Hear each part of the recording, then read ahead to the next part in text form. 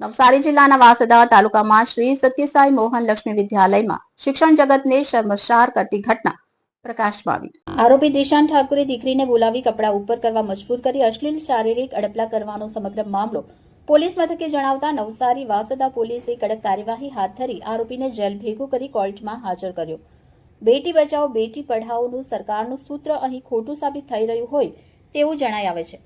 નવસારી વાસદા પોલીસે ગુનો નોંધી આરોપીને તારીખ 19/2/2026 રોજ રાત્રે 11 કલાકે કાયદેસર ધરપકડ કરી અને તારીખ 20/2/2026 રોજ દિશાંત ઠાકોરને નામદાર સેશન કોર્ટે તારીખ 23/2/2026 સુધી 4 દિવસના રિમાન્ડ મંજૂર કર્યા છે। ભારતીય ન્યાય સંહિતા 2023ની કલમ 74, 75, 1176 તથા પોક્સો અધિનિયમ 2012ની કલમ 8, 10, 12, 18 અને અનુસૂચિત જાતિ જનજાતિ અત્યાચાર નિવારણ અધિનિયમની સંબંધિત કલમો હેઠળ ગુનો દાખલ કરવામાં આવ્યો છે। મહુવાસ ખાતે આવેલી શ્રી સત્યસાઈ લક્ષ્મી મોહન વિદ્યાલયમાં જે ઘટના બની લોકમુખે ચર્ચાનો વિષય બન્યો। આદિવાસી દીકરી શાળા સંકુલમાં જ સુરક્ષિત નથી તો શું આ આદિવાસી દીકરીને ન્યાય મળશે? આવી ઘટના અવારનવાર નવસારી અને ડાંગ જિલ્લામાં વિદ્યા મંદિરમાં જ બને છે, જેના પુરાવા પોલીસ નોંધમાં જોવા મળે છે। શિક્ષક કે સંચાલકના જ દુષ્કર્મના ભોગ બનતી વિદ્યાર્થીઓની શાળામાં જ સુરક્ષા નથી। શિક્ષકોના નામ પર કલંક છે। આવા આરોપી શિક્ષક કે ગુરુ કહેવાને લાયક નથી હોતા। શાળાના સંચાલકો જ આવી નીચી હરકત કરતા હોય તો કોના ભરોસે વાલીઓ પોતાની દીકરીને અભ્યાસ માટે મોકલાવશે?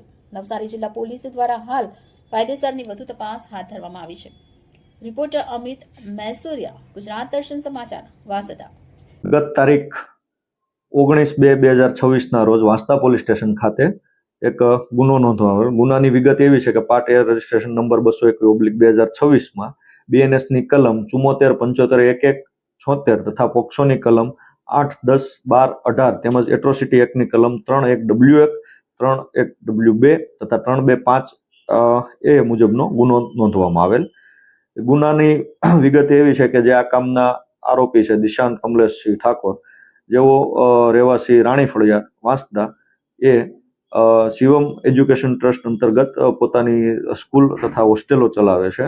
તો એ સ્કૂલમાં તેમજ હોસ્ટેલમાં રહેતી જે એક સગીર વયની બાળા કે ત્યાં હોસ્ટેલમાં મોબાઈલ ફોન રાખવાની મનાઈ હોય છતાં પણ આ બાળા પાસેથી મોબાઈલ ફોન મળી આવેલ, જેથી કરીને